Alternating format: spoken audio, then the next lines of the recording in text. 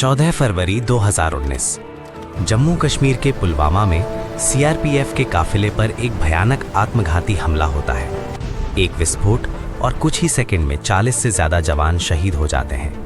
पूरा भारत गुस्से से भर उठता है। देश के हर कोने से एक ही आवाज आती है, इसका जवाब दिया जाना चाहिए।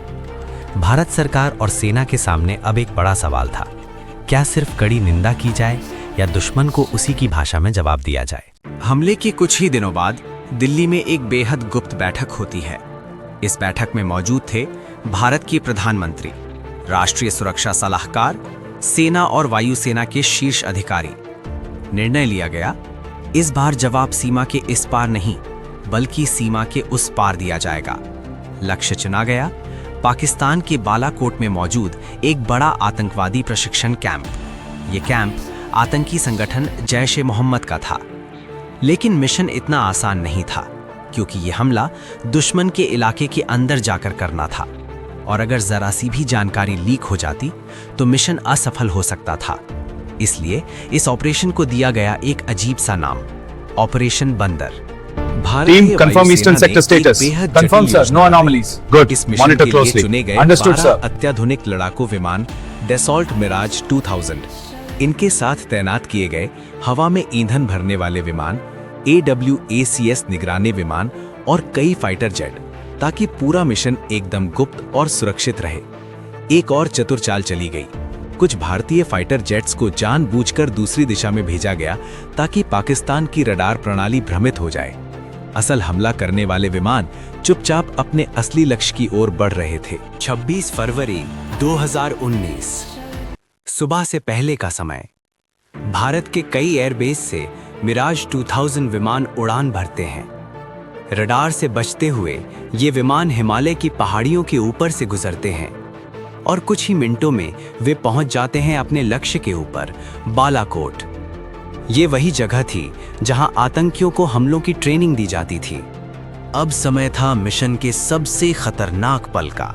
मिराज 2000 विमानों ने अपने लक्ष्य को लॉक किया और फिर छोड़े गए भारी bunker buster bomb, spice 2000 precision bombs. कुछ ही सेकंड में आतंकी कैंप पर भयानक विस्फोट होते हैं। पूरी पहाड़ी धुएं और आग में घिर जाती है। मिशन पूरा हो चुका था। भारतीय फाइटर जेट्स तेजी से वापस भारतीय सीमा की ओर लौट जाते हैं। जब सुबह हुई तो पूरी दुनिया को पता चला, भारत ने सीमा पार जाकर आतंकी ठिकानों पर हमला किया है। ये पहली बार था कि भारत ने इतने अंदर जाकर एयर स्ट्राइक की थी। इस ऑपरेशन ने आतंकवादियों को बड़ा संदेश दिया और पूरी दुनिया को दिखा दिया कि भारत अब सिर्फ सहने वाला देश नहीं है। लेकिन कहानी यहीं खत्म नहीं हुई। अगले ही दिन पाकिस्तान ने जवाबी कार्रवाई की कोशिश की। दोनों देशों के लड़ाकू विमान आसमान में आमने सामने आ गए। इस हवाई संघर्ष में भारतीय वायुसेना के बहादुर पायलट अभिनंदन वर्धमान ने दुश्मन के विमान का मुकाबला किया। हालांकि उनका विमान भी क्षतिग्रस्त हो गया और उन्हें पैराशूट से कूदना पड़ा। वे कुछ समय के लिए पाकिस्तान की कैद में रहे, लेकिन पूरे भारत के दबाव के बाद उन्हें वापस भारत लौटा दिया गया। ऑपरेशन बंदर सिर्फ एक सैन्य हमला नहीं था, ये एक संदेश था कि अगर भारत पर हमला होगा तो जवाब जरूर मिलेगा। ये ऑपरेशन आधुनिक भारत की नई सुरक्षा नीति का प्रतीक बन गया। कभी कभी इतिहास की सबसे बड़ी घटनाएं चुपचाप होती हैं।